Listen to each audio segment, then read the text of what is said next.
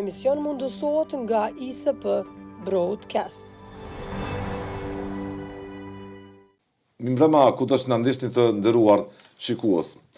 Nuk jemi në vitin 2025, jemi në vitin 2026, por thuajse me temin e njëjtë, me pritet për konstituim të kuvendit. Mbase javën tjetër, mund të mblidhet kuvendi për të konstituuar gjithnjë nëse partia fituese më e madhe politikën e vendit, 28 vjetorit ajo zotit Kurti, nuk do të bëj probleme, nuk do të nxjerr probleme rrugës për shkaktuar dilema, do ta respekton apo jo, do të zbatoj apo jo gjykimin e gjykatës kushtetuese në rastin e të drejtës që kjo gjykatë i dha komunitetit politik pakic të serbëve, i cili si shumicë përfaqëson këtë komunitet në kuvendin e Kosovës.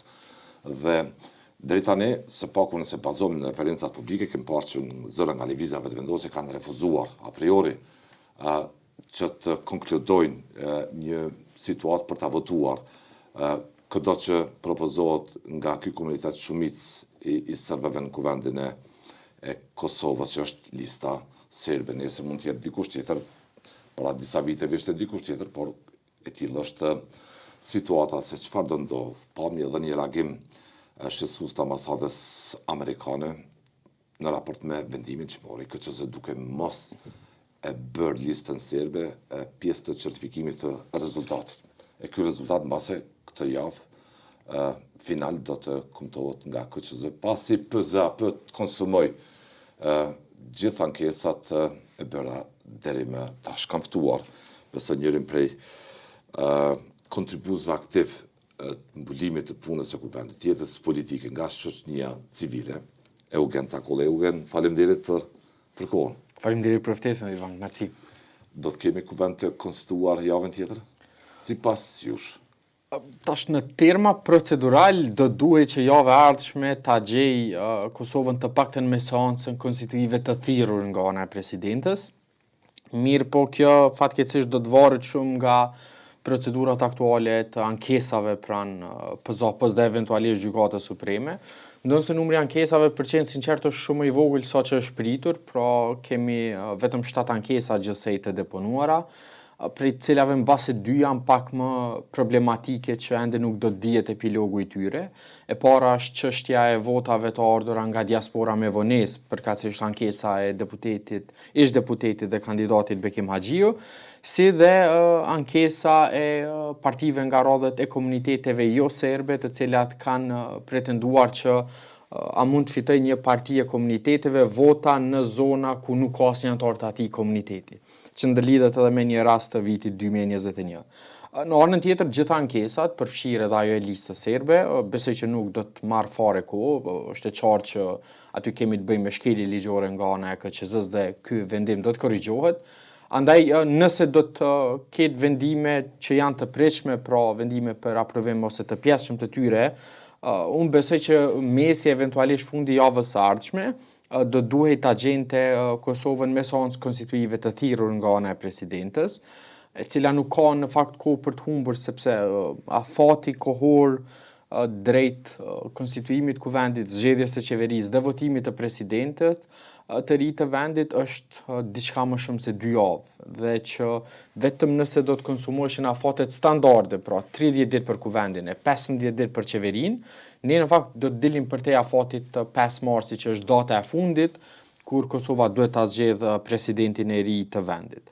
Unë në fakt, brenga ime është në rast se do të ketë përpjekje tjera për ta zvarritur procesin, që si të tilla mund ndodhin në 2 forma. E para është unë besoj që PZAP-ja do t'i shpall tashmë rezultatet edhe për listën serbe, por prapë se prapë është vendimi i KQZ-s që i bie afërsisht pas një jave 10 dite për ta certifikuar edhe një herë rezultatin.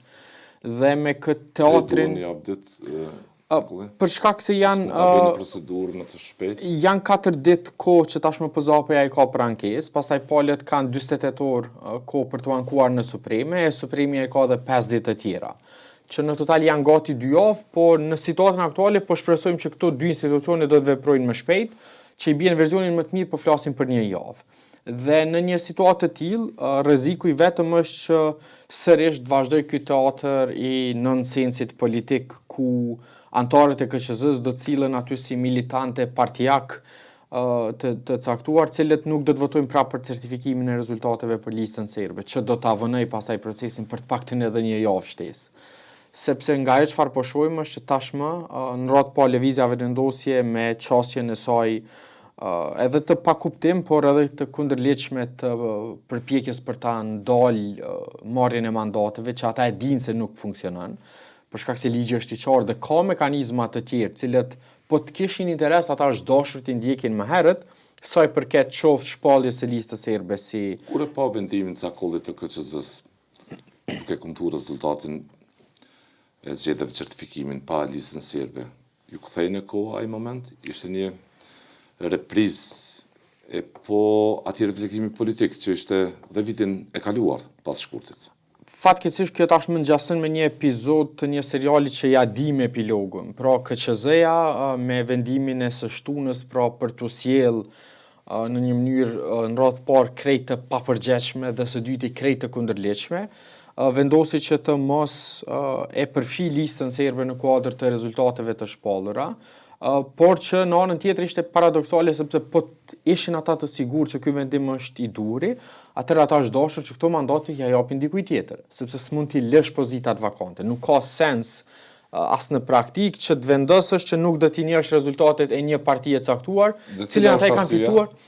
Tash arsyet janë. Me cilin arsye aty Tash aty janë dy linja të veprimit politik fatkeqësisht. E para është kjo lëvizje dhe vendosje që për shkak të diskursit të saj të instaluar përgjatë viteve të fundit, pas vitit 2021 e tutje sidomos, vlerëson që lista serbe nuk është parti e rregullt as kushtetuese, por që po kishin pretendime të tilla, meqense kanë gjithë aparatin shtetëror le të themi në pushtetin e tyre, kanë mundur që të ndjekin procedurat ligjore dhe ta shpallin eventualisht parti. Por problemi është që kur vije çështja tek shpallja një mend si entitet terrorist, ata stepen duke thënë që ne se kemi këtë kompetencë, e pastaj e pas kanë kompetencë që të vendosin që ta përjashtojnë jo vetëm një parti, sepse fundja nuk është fare e rëndësishme këtu lista serbe. Pra po flasim për afërsisht 40.000 qytetarë cilët ja kanë dhënë besimin këtij subjekti politik. E që si till nuk mund ta anashkalojmë. Nesër mund të jetë kushdo tjetër. Kushdo parti. Ky është pra precedenti Para disa vitesh ishte një subjekt tjetër, Partia Liberale. Fiks. Unë në fakt ky është problemi më i madh sepse ngapën me këtë dramë të heroizmit së paku si e tillë, sepse këtë drejt kishin pushtetin, mekanizmat në zbatim dhe mund të konsumonin çdo procedurë nëse ka dyshime që si subjekt politik kjo parti ka platformë antishtetrore për Kosovën, ka platformë hegemonike, fashiste, raciste, tjera. Unë në fakt besoj që sidomos me këto veprimet e përsëritura, pra vetëm këtë proces zgjedhor është hera e tretë që po kemi një situatë të tillë dhe përgjatë vitit 2025 kanë qenë 4 apo 5 raste të ngjashme që tregon se mbase në fakt qëllimi nuk është fare që të përmbyllet ligjërisht si çështje, më shumë është përpjekje për ta mbajtur si temë e që si kartë elektorale për shkak të një niveli, unë besoj që shkon përtej normales të populizmit, po tentohet që të mbjetohet në diskurs gjëja se janë pro apo kundër dikujt, ndërsa e kanë të qartë që çështja është e mbyllur në fakt, ata e dinë edhe çfarë do të vendosë PZAP-ja, ata e dinë edhe çfarë do të vendosë eventualisht Supremja, por mbase kjo është pjesë e një strategjie pastaj për të sulmuar edhe këto institucione. Edhe në fakt kjo nuk do të ishte fare risi. Fitus. Problemi është që nuk po sillen me numër rekord historik të votave dhe është pak e habitshme edhe në vështrimin e ju se si është mundur një fitues të ketë këtë lloj reflektimi politik.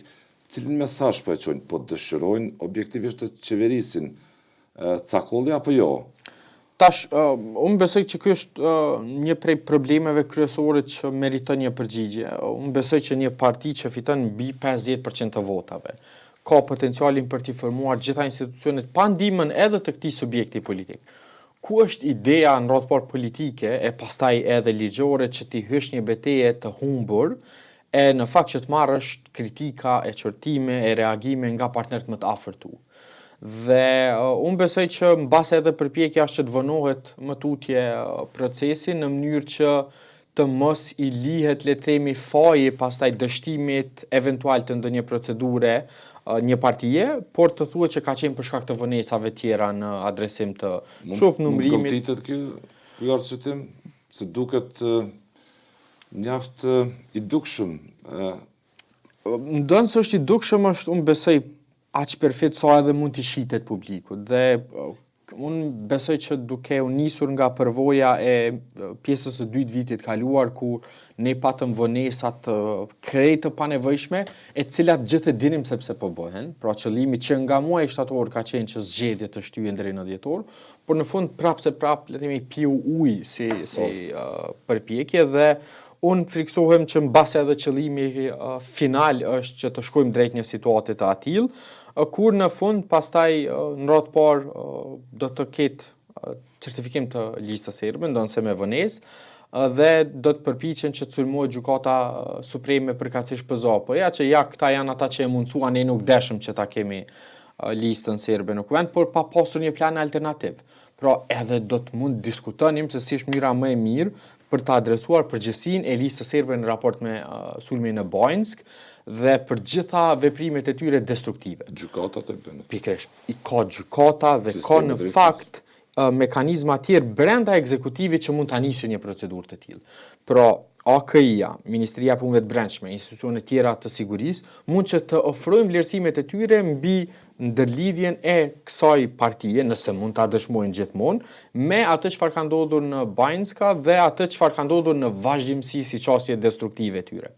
Por unë besoj që ata, meqense bara e provës do të ishte shumë e lartë, aty do të duhet që të kesh prova me të vërtetë që si entitet është i përfshirë në një veprim të tillë. Unë besoj që kjo është arsyeja mbase edhe kryesore sepse po tentohet që të mirëmbahet një diskurs i tillë ku retorika kryesore është ne kundër të tjerëve dhe të tjerët që po përkrajnë dikë, e në cilën fatkeqësisht kanë rënë edhe partitë opozitare. Sepse mos certifikimi i listës serbe, përkatësisht shpallja e rezultateve për këtë subjekt politik, nuk ka qenë i mundur pa përkrajën, le të themi, indirekte të partive opozitare. Dhe ata kanë rënë në fakt në këtë. Dhe herën e kalume dhe po përsëritet edhe tash. Leksionin nuk po e merr, duket që askush. Fatkeqësisht jo, e më spaku ata cilët kanë, le të themi, ose pretendojnë që kanë një bagazh të shtetndërtimit, pra një përvojë që e dinë çfarë do të thotë të mos ndërmarrësh hapa ligjor dhe që e dinë se çfarë pasojë do të ketë kjo tek në raport me aktorët ndërkombëtar. Por nganjëherë po krijohet përshtypja Ridvan që anëtarët e KQZ-s bëjnë mirë që ta aderojnë lëvizjen vendosje më mirë, sepse çdo vendim i marrë në KQZ me një apo dy përjashtime maksimalisht, qëndrimet e partive opozitare, edhe nëse jo direkt në linjë me ato të lëvizjes vendosje, kanë qenë si të tilla kontribues kryesor në mundësimin e një situate të tillë. Pra, edhe kur është regjistruar si parti, edhe kur është certifikuar lista e kandidatëve, edhe tash kur është shpallen rezultatet, lëvizja vendosje ka vetëm 2 prej 11 anëtarëve në KQZ. Dhe për ta pamundsuar certifikimin e rezultateve ose të një partie, duhen të paktën 4 vota. Që i bie janë të paktën 2 anëtarë të partive tjera që ja kanë mundsuar një gjë të tillë, dhe që kjo është fatkeqësi. Unë besoj që sidomos anëtarët e KQZ-s që supozohet që të jenë njerëz të mirë të proceseve zgjedhore, nuk është dashur që të lejojnë degradimin e situatës në këtë pikë, sepse tashmë kjo është shndruar në normë.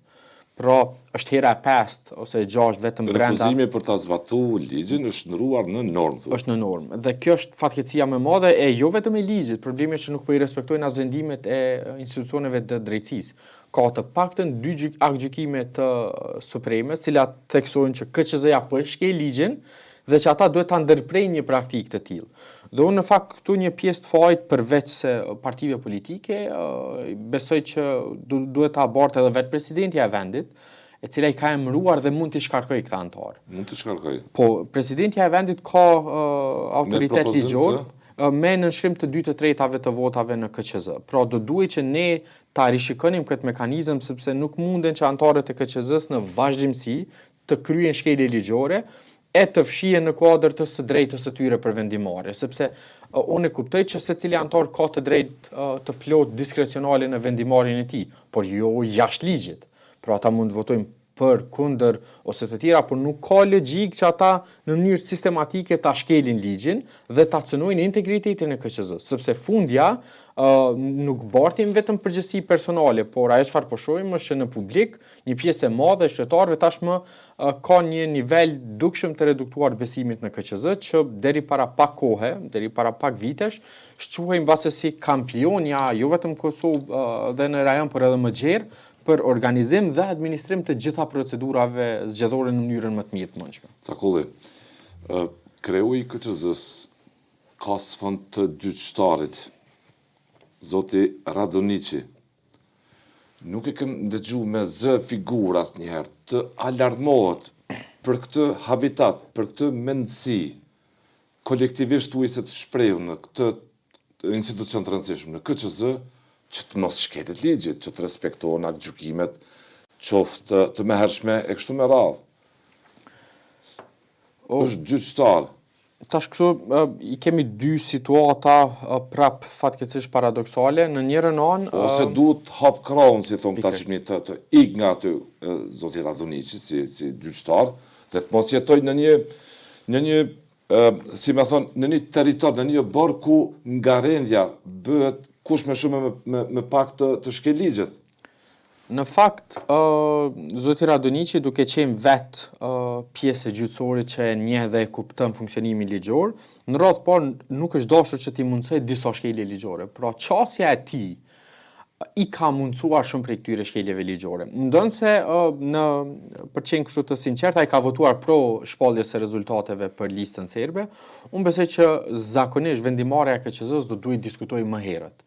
Dhe ajo çfarë i ka munguar KQZ-s është konsensusi, pra nuk ka pasur diskutime, debat përmbajtësor të iniciuar nga vetë zoti Radonici, siç bënte në një kohë kryetarja paraprake, që në atë kohë ishte mbajtur përgjegjëse për disa dështime të KQZ-s, e në fakt tashmë kur KQZ-ja është duke e përshkallëzuar nivelin e gabimeve, ende nuk kemi marrë të përgjegjësisë. Nëse ju kujtohet, në mes të procesit zgjedhor të vitit 2021, ishte shkarkuar zonja Valdete Daka për disa vendime e veprime të cilat nuk ishin të saj. Në fakt kanë qenë pikërisht të antarëve, e tashmë kur kemi edhe raste kur vetë kryetari i KQZ-s ka qenë ose ka mundsuar shkelje ligjore, siç ishte rasti me mosofrimin e të drejtës së ankesës 48 orë për procedurat në QNR, dhe për më tepër duke lejuar një diskurs të tillë brenda KQZ-s, shpeshherë duke lejuar KQZ-n që të qëndrohet kështu në një lloj platforme për propagandë politike ku antarët flasin çka duan e nuk respektojnë procedurat.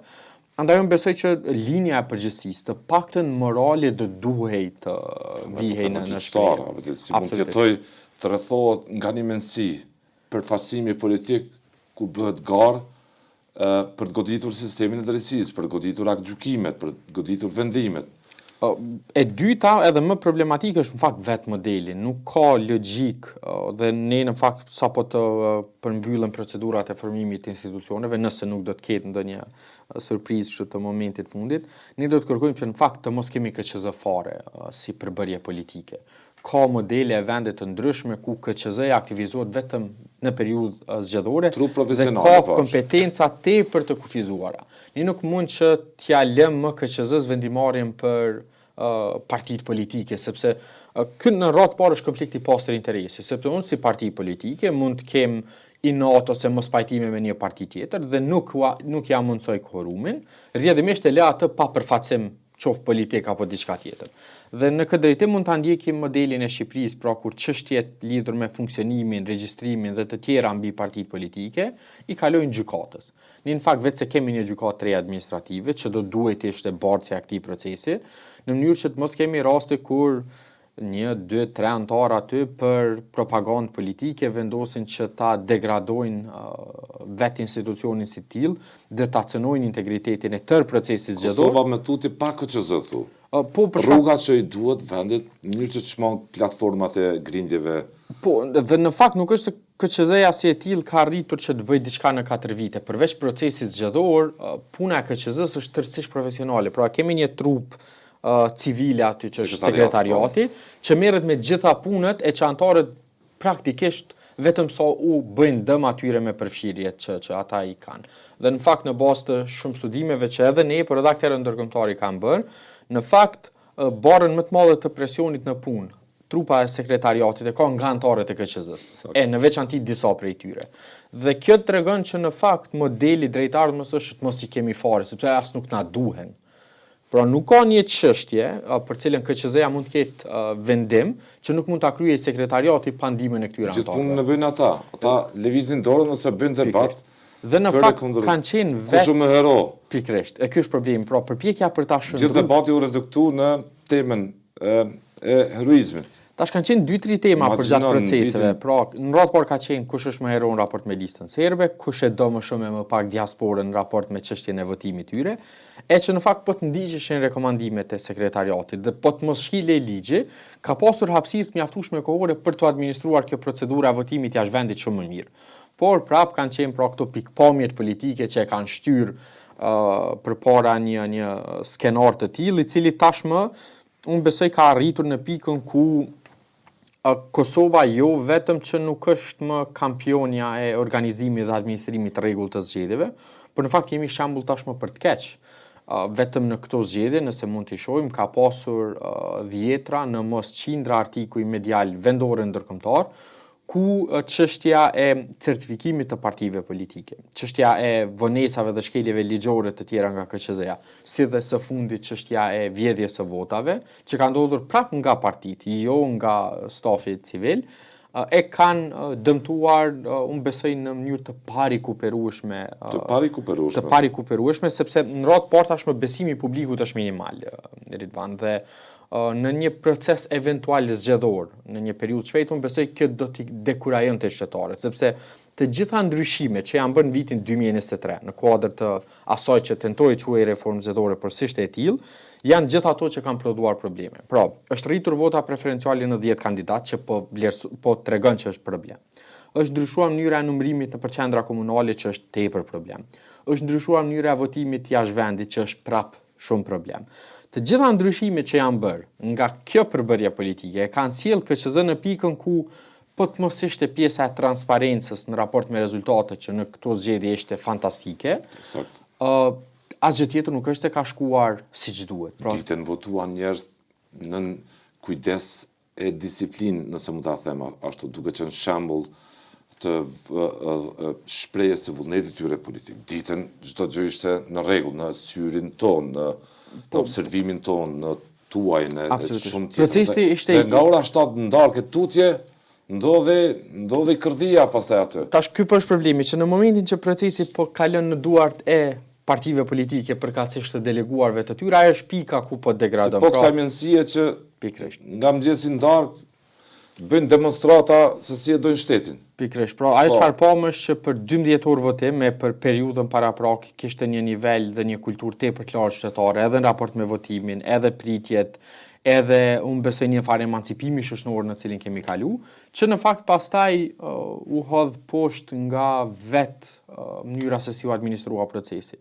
Dhe ideja, në fakt kjo shkon edhe më tutje, mbas është çështje për diskutuar më detajisht edhe në instanca tjera, por lënia e procesit zgjedhor më 28 dhjetor, duke ditur që nuk do të ketë vëzhgues ndërkombëtar, duke ditur që numërimi do duhet bëjë me 31 dhjetor, 1 e 2 janar, që nuk ka sens si i tillë, mbase ka qenë një lloj master plani si i tillë për ta sjell vendin në pikën ku çfarëdo vonesë në raport me formimin e institucioneve do t'i faturohet procedurave dhe afateve e jo atyre që me të vërtetë kanë fajin për një situatë të tillë. A u restaurua, nëse mund të them, ky deformim, kjo goditje e demokracisë, kjo praktikë abuzive, ka shumë e shprehur siç e po me rinumrim zoti Zakulli. A e restauruan institucionet të lëndim të demokracisë, apo hematoma e këtij procesi mbetet edhe ma tutje? Tash në bazë të rinumrimeve që janë bërë, pra kemi të bëjmë mbi 100.000 vota preferenciale cilat janë deformuar thënë më së buti. Unë besoj që aty kemi në shumicën ndërmuese të tyre keq përdorim, por unë besoj që me qenë se rinumrimi arriti t'i evidentoj këto dhe si të tilla u sanuan. Shkaktoi shok kolektiv. Si është e mundur të ditën thanë mediat raportuan në rregull dhe kur i japën kutitë e votimit, dolën që patën shumë beone. Po, dhe problemi është që unë besoj që është sanuar pjesa minimale për obligimi që ka pasur KQZ-ja në raport me vërtetimin që ky ka qenë rezultati i sakt. Por në anën tjetër ajo çfarë mbetet e që përmendem me të drejtë për hematoma e gjithë kësaj, është që tashmë qytetarët në radhë parë nuk kanë besim mbi vetë këta kandidat, sepse ndonse rinumrimi nuk prodhoi më shumë se një ndryshim, pra ishte vetëm zoti Damka që humbi mandatin. Ajo çfarë ka rëndësi është që renditja ka psuar ndryshime. Dhe si e tillë ne do t'i kemi deri më tani të paktën 12 deputet, cilët do të jenë pjesë e kuvendit, e cilët kanë pasur qindra nëse jo mijëra vota dallim nga rezultati i numërimit në qendra komunale dhe i rinumërimit në QNR. Dhe ky është problemi kryesor, sepse ne potencialisht do të mund të kemi deputet të cilëve kushdo mund t'ua kontestoj legitimitetin e përfaqësimit qytetar. Dhe për më keq ne dëgjuam edhe deklarime që unë i kam vota që të bëjmë deputet edhe pa këto të keq përdorura, po kjo nuk ka në radhë parë sens, sepse kjo bie po e provoj, nëse ja dal që të bëjmë deputet me ato vota mirë, nëse jo asgjë askujt, po që kjo çësje është si mendësi e gabuar, dhe e dyta, për fat të keq, ajo çfarë po shohim është nuk ka një lloj vendimarrje, nëse jo të paktën disiplinore, të paktën për kërkim përgjegjësisë. Unë besoj që partitë politike vetë do duhet t'ua kërkonin këtyre deputetëve mandatet në mënyrë që të mos kemi një përbërje të cili do grup parlamentar, e në këtë rast po vrej që është pothuajse pa përjashtim, në cilin do të mund të kishim deputet që kushdo mund t'ua bëjë me gjesht që ky është kandidati që i pat keq përdorur 1000, 2500, sa do qoftë numri i votave. Dhe në këtë pjesë unë besoj që është elementi 100.000 vota. 100.000 vota preferenciale. Nga kandidat caktuar tek kandidatë tjerë. Po them në fjokun tjetër u lëvizën. Po dhe praktika abuzive kolektivisht tash përveç është abuzive në kuptimin penal e ne po shohim politikisht do të kërkohet përgjegjësia, po. Unë besoj që pjesa mbase më e rëndësishme është ajo politike, sepse në procedura gjyqësore mund të marrin me vite derisa që të evidentohet çfarë ka ngjarë, por në kuptimin politik ne nuk guxojmë ta normalizojmë një situatë ku pastaj tentohet që thuhet jo faj ka qenë disa komisionerëve aty.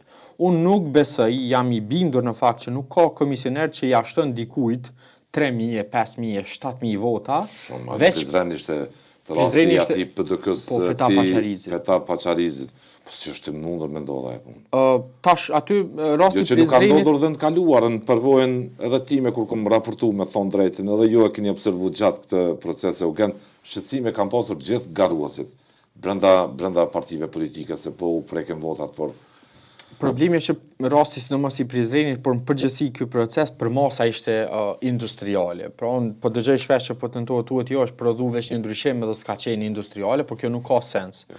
Ne po flasim për kandidat në rastin e zotit Paçarizi që ka pasur mbi 6.000, 7.000 vota të shtuara pa të drejtë, dhe unë nuk besoj që kjo ka qenë rezultati i gabimeve njerëzore, sepse ekziston në praktikat e funksionimit të institucioneve zgjedhore që lejohet një farë tolerancë plus minus 1 apo 2. Margjinë e vogël, po. Edhe ajo si e tillë nuk ka sens, sepse Kosova i ka 2500 vendvotime Ridvan dhe po të lejohej 2 vota dallimi për secilin vend votim, i bie 5.000 vota për një kandidat. Edhe një vot po u prek në demokraci. Pikërisht. Për binjen tem edhe veç ajo vota e vetme në cilën do zonë edhe më ruralin të mundshme, nëse preket kjo tregon që është prekur demokracia.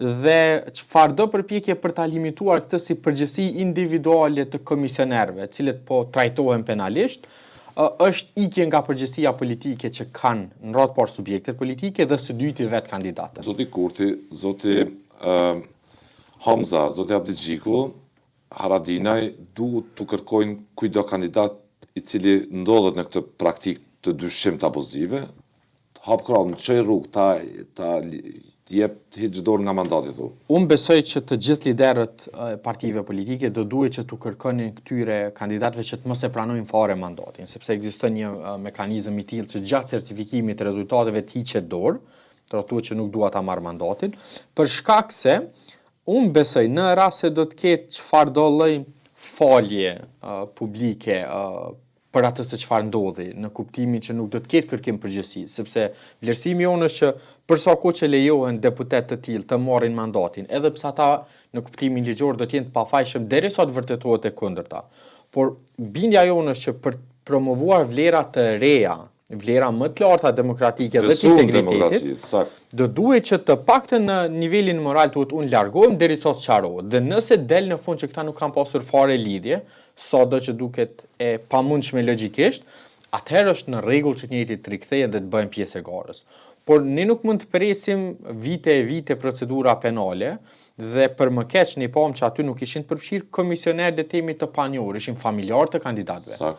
E përveç rastit të Prizrenit, ka pasur edhe komuna tjera ku komisionerët e përfshirë janë individ ose staf ose të afërm me bartës të lartë. Cili ishte në Prizren, në Podujev, në Pej, në Malishev, në Sadi, në Kaçanik, në Dragash. Kishte pra shumë komuna ku vrehej që komisionerët e përfshirë në numrim, përkatësisht në keqpërdorimet eventuale, nuk ishin thjesht individ të deleguar aty nga një parti, por ishin të afërm të disa prej kandidatëve, qoftë në baza familjare, por edhe në baza profesionale. Pra kemi pasur raste kur është konflikt interesi, është dashur KQZ mbasi tashmë, ka në rregullore këtë. Tash problemi është që KQZ-ja i mbyll syt kur nuk duhet dhe ndonse rregulloret e tyre ja ofrojnë KQZ-s mundësinë që të bëjë një kontroll pak më kualitativ të listave të komisionerëve. Ajo çfarë ndodh në praktikë është për shkak të afateve të ngushta, ata aprovojnë blanko si të tillë sido që të vinë. Dhe prandaj ne në këtë drejtim kemi kërkuar një lloj departizimi të administratës zgjedhore. Kosova me tutje pa KQZ. Po, dhe kjo në fakt jo vetëm në raport me KQZ-n, por edhe me stafin që numëron. Vetëm vendet e rajonit kanë një model të tillë ku partitë edhe numërojnë për shkak se janë komisionerët e tyre, edhe vëzhgohen nga po komisionerët e partive. Kjo nuk ka logjik dhe në fakt ne besojmë që do duhet që barën e përgjegjësisë për administrimin e procesit ta marrë stafi civil përkatëse shërbyesit publik, qofshin arsimtar, staf shëndetësor, qytetar të zakonshëm, cilët do të mund të bëheshin pjesë, por për cilët dallimi do të ishte niveli i përgjegjësisë, sepse ata kanë shumë çfarë të humbin. Pra, nëse do të ishte ta zëm stafi ose personeli shkollor si komisioner. I domosdoshëm ky ndryshim të ndodhë. Absolutisht. Kjo do të mundsonte që ata në radhë parë do të ishin shumë të kujdesshëm se çfarë bëjnë, sepse do të rrezikojë vendi i punës dhe mund të ketë ka dispozita të tilla nëpër vende që e rregullojnë këtë çështje në këtë mënyrë. Dhe së dyti, partitë do të mund t'i vëzhgonin lirisht procedurat e numërimit dhe të votimit. Por jo që ata edhe të numërojnë edhe të vëzhgojnë, sepse kjo krijon përshtypjen mos është ndonjë lloj skeme për të marrë vota duke i paguar njerëzit herë cilësitë komisionerit e herë në cilësitë vëzhguesit. Kjo është padyshim pasojë më e madhe dhe më kritike e tërë kësaj situate. Unë besoj që tashmë ose në të ardhmen të afërt ne do të bëjmë edhe hulumtime në raport me këtë çështje, por unë besoj që besimi në raport me KQZ-n si trup, në raport me vendimarrjen institucionale se si trajtojnë këtë çështje, është në pikën më të ulët mundshme dhe që si e tillë në radhë parë do duhet të sanojë në dy drejtime. E para duke i dënuar gjithë ata që kanë qenë përfshirë në skema të manipulimit, që është normalisht përgjegjësia e prokurorisë, por edhe aty po shohim performanca të ndryshme. Petrit Kryeziun e shohim në Prizren që është Po, por nuk e shohim një situatë të tillë në Prizren, nuk e shohim një të tillë në Pej, nuk e shohim një të tillë në Gjakov e në Kaçanik e në për komuna tjera. Pra, fatkeqësisht ka pasur nuk e njëjtë, po. Fatkeqësisht kemi pasur edhe një çështje, le të themi duale, në njërin anë prokuroria e Prizrenit që ka qenë jashtëzakonisht aktive dhe e përfshirë në këtë proces, ndonse edhe aty kemi kritika sepse nuk mund të arrestohen 100 persona pastaj të lirohen 80 prej tyre ditën e nesërme, sepse duhet të kemë bazë më të fortë për ndjekjen penale të këtyre individëve, që të mos shndrohet në një lloj show politik ku thuhet që okay u arrestuan, po pastaj askush nuk merret që vetëm 20 prej tyre janë duke vazhduar që për të shuar pritjet kështu. Po, por në anën tjetër kjo e Prizrenit të paktën nominalisht është më mirë se ajo çfarë kemi në Podujeve, çfarë kemi në për komuna tjera ku ende ka vetëm deklarime që po zhvillohen hetime. Unë nuk di se çfarë hetimesh tjera do zhvillohen përveç nëse shihen që ka kandidat që në një klasë të vetme janë shtuar 50 vota. Në një klasë të vetme. E komuna e ka 100 klasë të tilla, që i bie janë shtuar 500 deri në 5000 vota kandidatëve caktuar. Cakolli ku vendi legislatura vjet pritet të mblidhet në një klim politike që bashkjeton me dy rrëfime. Me rrëfimin që mund të moderohet udhëhiqet nga vetëvendosja se ne nuk zbatojmë vendimin e kushtetuesës që e legjitimon listën serbe, dhe me rrëfimin tjetër që Kosova të funksionojë mbi shtratin e saj kushtetues. Unë në fakt besoj që Cili rrëfim do të fitoj? Unë besoj që problemi më i madh është edhe një rrëfim i tretë këtu, përveç atij të lëvizjes dhe vendosje dhe të tjetrit që do duhet të ishte common sense politik që ligjet dhe aktgjykimi duhet respektohen, është një tjetër ku pastaj partitë do tentojnë që ta bartin dhe ta luajnë këtë ping-pongun e përgjegjësisë me njëra tjetrën. Nga ajo çfarë po shohim është lëvizja e vendosje deklarativisht. Po, deklarativisht. Nuk do ta zbatoj aktgjykimin si të tillë. Pra në njërin anë patëm fillimisht reagimin e kryetarit të legjislaturës paraprake, përkatësisht zoti Dimal Basha, i cili jo vetëm se e kundërshtoi aktgjykimin si të tillë, ndonse edhe aty me shumë huqje edhe ligjore kushtetuese, por në mënyrë indirekte tentoj që të se ajo çfarë ka ndodhur është mënyra e drejtë dhe e saktë. E në anën tjetër patëm eksponentë të tjerë të lëvizjes dhe vendosjes që dhanë indicie mbi, le të themi, rrugtimin që do ta ndjekin raport me këtë çështje, e që këtu u potencuan dy mundësi, besoj unë, në mënyrën se si kam lexuar. Në njërin anë është që të tentohet të votohen gjithë kandidatët dhe nëse nuk votohen të lihet pozita vakante, të mos votohet fare një nënkryetar nga radhët e komunitetit serb, që unë besoj prapë do të ishte shkelje kushtetuese, edhe pse gjykata e ka lejuar, por ajo çfarë ka thënë gjykata është në një rrethon të caktuar ku rrezikohet afati si i tillë. E në rastin këtu nuk do të ketë rrezikim të afatit, sepse kuvendi ka 30 ditë për t'u konstituar. Dhe mundësia e dytë është që të ketë votim në pako. Për nënkryetare, siç ka qenë më parë, madje është përmendur edhe ideja që të votohen që të 5 nënkryetarët në pako për të evituar çfarë do lloj votimi që do të interpretohej politikisht nga palët tjera. Por problemi këtu është ai rrëfimi i tretë që e përmenda më herët, e që është qëndrimi i partive opozitare. Pra ne nuk kemi parë, të paktën deri më sot, qëndrim të partive opozitare se si do të veprojnë raport me rastin e zotit Trashish. Ne patëm parë qysh në muajin shtator e tetor, që ato nuk ishin në fakt një qëndrim të unifikuar dhe njëherë ishte jo, pastaj në seancë ishte vot për, e që edhe ajo rezultoi kundër kushtetuese. Pra, edhe aty vërejë që as vetë spektri opozitar, nëse mund ta quajmë kështu, edhe pse ende nuk janë formuar institucionet, nuk janë fare homogjen sa i përket qëndrimeve në dobi të shtetit. Dhe unë besoj që çështja e respektimit të aktgjykimit nuk është çështje diskrecionale, nëse duam ose jo. Po. Kjo është çështje pa diskutueshme dhe ne në fakt do të jetojmë prandaj, po them, do të shohim që do të lulëzoj, do të ketë sukses rrëfimi i Kurdit apo rrëfimi i kësaj tërësie të rregullave të rendit kushtetues zakolli. Kjo do të varet, unë besoj, Ridvan, nga fakti sa do të sigurohen votat e nevojshme për presidentin. Unë besoj që këto çështje janë të ndërlidhura dhe vetëm nëse do të ketë një lloj sigurie që presidenti do të zgjedhet, pra nëse sigurohen votat për presidentin, pastaj kjo mund të kalohet dhe do të tentohet gjendet një modalitet ku nuk votohet kandidati si i tillë në mënyrë individuale, por votohet në pak ose diçka tjetër.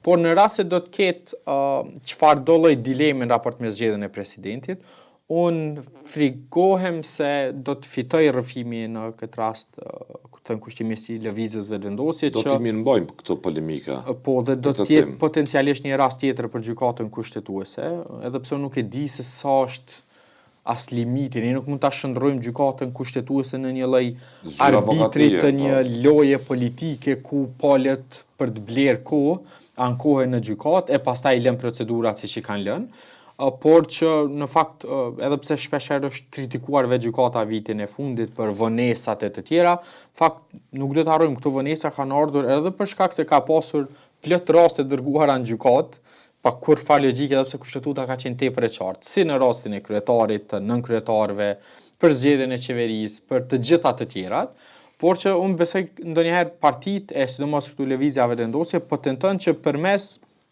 procedurave që administrohen në gjykatë të blej kohë.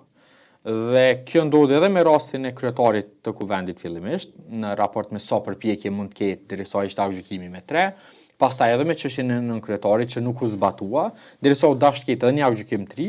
Në fund, në zgjedhjet e 28 dhjetorit, rezultoi që Kurti fitoi me rrëfimin e tij se opozita ishte fajtore që bllokoi shtetin. Apo, midis tjerash. Unë besoj që ka pasur shumë faktor, por padyshim në mesin e tyre është edhe lënia e fajit tek opozitës, ndonse unë besoj që në një mas një pjesë të madhe të përgjegjësisë për një narracion të tillë ka vetë opozita që e mundsoi dhe e lejoi një gjë të tillë. Apo taktizon sërish Kurti, apo shihni indikacione që politikisht Kurti synon ti përsërit këto lloj taktizime të vitit të kaluar. Tash unë besoj janë këtu dy probleme. Në radhë parë në këtë situatë politike në cilën ndodhemi, askujt nuk i konvenojnë zgjedhjet. Madje as vetë zotit Kurti, sepse një proces i ri zgjedhor pas një krize tjetër kështu me radhë, do të rezultonte në versionin më të mirë me rënje drastike të numrit të votuesve. Dhe dyta, kjo do të pamundsonte pastaj edhe ecim përpara drejt disa proceseve ndërkombëtare. Por nëse do duhet bënim një dallim në mesin e gjitha partive që nuk u konvenojnë zgjedhje, më së paku i konvenon opozitës. Dhe kjo për dy arsye. E para, për shkak të proceseve të brendshme në cilat ata ndodhen, dhe e dyta për shkak të faktit që zoti Kurti ka votat për ta formuar qeverinë dhe për ta konstituar kuvendin, që i bie ai do të vijojë të jetë kryeministër në detyrë dhe do ta ketë prap kuletën e shtetit në dorë. E për më tepër, shoqëria është mësuar që të mos ketë institucione bazuara në ligje kushtetues. Ne kemi pasur një lloj kampanje quhej shtetin pauz, pra unë besoj që kemi arritur në pikën ku qytetarët me të vërtet nuk e kanë fare problem që shteti të jetë në pauz. E për më tepër në rastin e zotit Kurti, ai përveç se do të ishte kryeministër në detyrë, do ta kishte edhe ushtruesin e detyrës së presidentit, që do të jetë kryetari apo kryetaria me gjasë e ardhshme e kuvendit, si dhe vetë kryetarin e kuvendit. Pra do t'i konsolidonte të tri le të themi pozitat më të larta vendimarrëse politike në vend, dhe pastaj zgjedhjet do të mbaheshin brenda 45 dite, formimi i institucioneve do të mund vonohej edhe më tej, por ai do të sigurohej që ka në radhë parë këtë kapitalin politik në avantazh të tij në raport me partitë e tjera, të cilat edhe sot e kësaj dite unë besoj nuk e kanë kuptuar sepse i kanë humbur zgjedhjet. Edhe sot e kësaj dite nuk e kanë kuptuar pse i kanë humbur zgjedhjet. Dhe e dyta, mbasi edhe më e keqja, është që të njëjtat nuk besoj që kanë pritshmëri se çfarë do të ndodhë në të ardhmen, sepse vetë narracioni që janë fituar zgjedhjet për shkak të diasporës nuk qëndron. Pra ka pasur aty shumë faktor dhe gara në fakt ka qenë më shumë për vendin e dytë fatkeqësisht, dhe opozita e ka pranuar një narracion të tillë.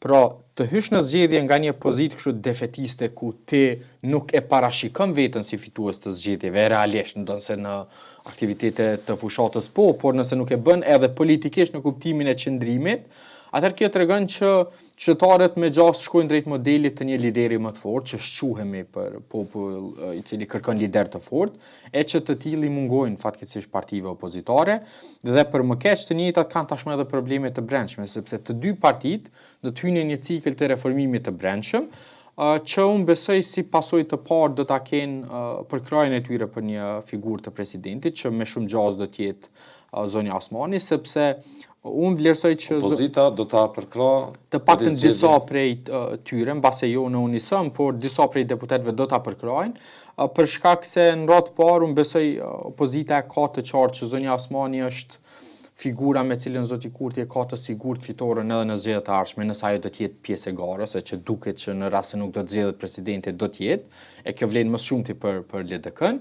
E në anën tjetër, problemi është që partitë opozitare deri më sot çështjen e tyre në raport me çështjen e presidentit e kanë pasur e duam këtë kandidat ose se duam këtë kandidat, por nuk kanë ardhur me kandidat tyre. Pra ne edhe sot e kësaj dite nuk e dim kush do të ishte kandidat i përkrahshëm nga ana e partive opozitare. Aq më pak nuk e dim se cili do të ishte figura apo kriteri mbi bazën e cilit këta do të jepnin votat për presidentin e ardhshëm. Osmani mund të rahat se do të bëhet presidenti, se shohim që është aktivizuar shumë në platforma të rrjeteve sociale. Unë besoj që Kosova nuk bën fushat për president, por është legjitime që ajo të tash është një vije holl ndarse në mes të legitimitetit bërit PR për punën tënde, por edhe shfrytëzimit të resurseve publike, në këtë rast videove që po xhirohen, që duket se janë qartazi për një lloj fushate presidenciale.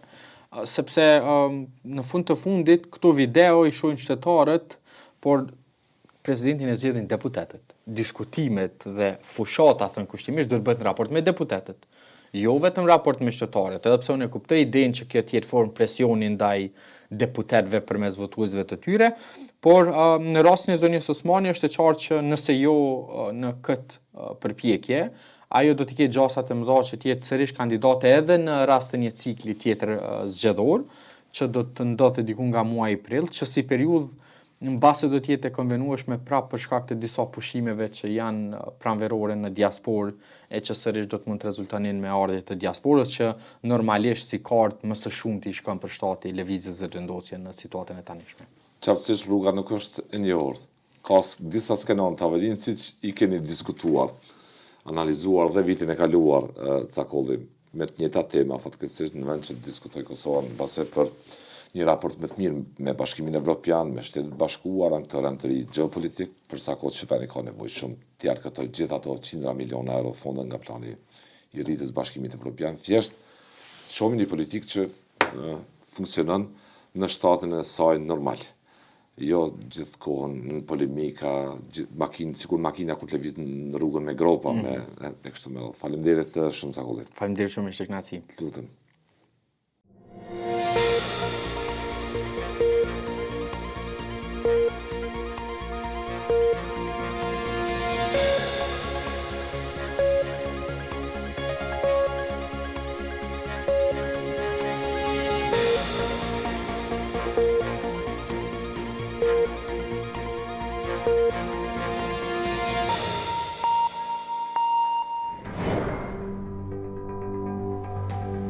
Ky emision mundësohet nga ISP Broadcast.